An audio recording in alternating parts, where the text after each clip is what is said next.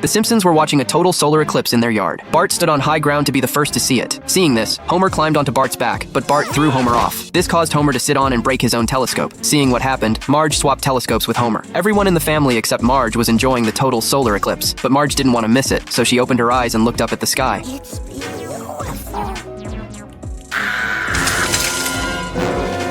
Marge's eyes had to remain bandaged for 2 weeks. The doctor reminded the others that any stress would cause Marge's intraocular pressure to rise, which could lead to glaucoma. Wolves are taking all our women! Marge was carefully looked after at home, but the situation in the house wasn't great. The kitchen was overrun with mice. One mouse even climbed onto Homer's head and controlled him, making Homer prepare a delicious soup. He added celery and puree, then chopped some carrots. Homer tasted it. Not bad, but it needed improvement. With no other choice, he had to go buy rat poison.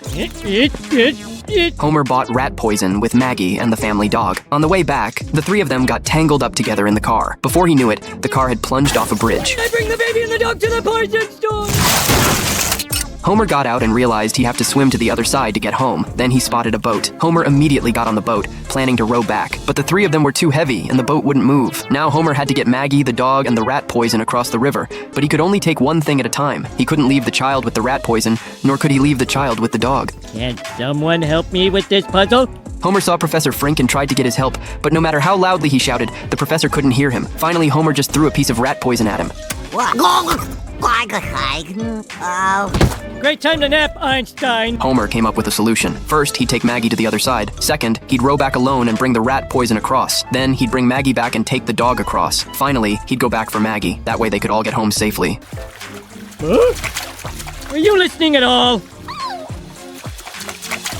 Homer followed his plan and took Maggie across first. He left Maggie at the monastery door, thinking it was safe. However, just as he left, the Catholics took Maggie away. Seeing this, Homer immediately knocked on the door and demanded they return his child. But the Catholics were adamant and refused to return her, saying it was their rule. In the end, they even forcibly drove Homer away. Yeah, right. And I'm married to Wonder Woman. Ah! Homer went home and told Lisa about it. Lisa suggested they could disguise themselves as nuns and infiltrate the monastery, but Homer firmly disagreed. He absolutely refused to put on a wig and wear a dress to pretend to be a nun. Told you there was no way I would do it. Are you sure you don't want me to do it? Because I can do it. I got the outfit right here. Huh? Dad, leave so I can get into character. Lisa successfully infiltrated the monastery and found the nursery inside, but she didn't see Maggie there. So she asked the Mother Superior if there were any babies not in the nursery. The Mother Superior refused to answer the question and even mocked Lisa for being overly suspicious. Meanwhile, Marge wanted to hold Maggie. To keep Marge from finding out, Homer quickly used his own arm to pretend to be Maggie. Sure enough, Marge didn't notice anything wrong. She even fed Maggie a meal. Not usually the screaming. Cool it, she's getting suspicious. You call it, I'm hungry.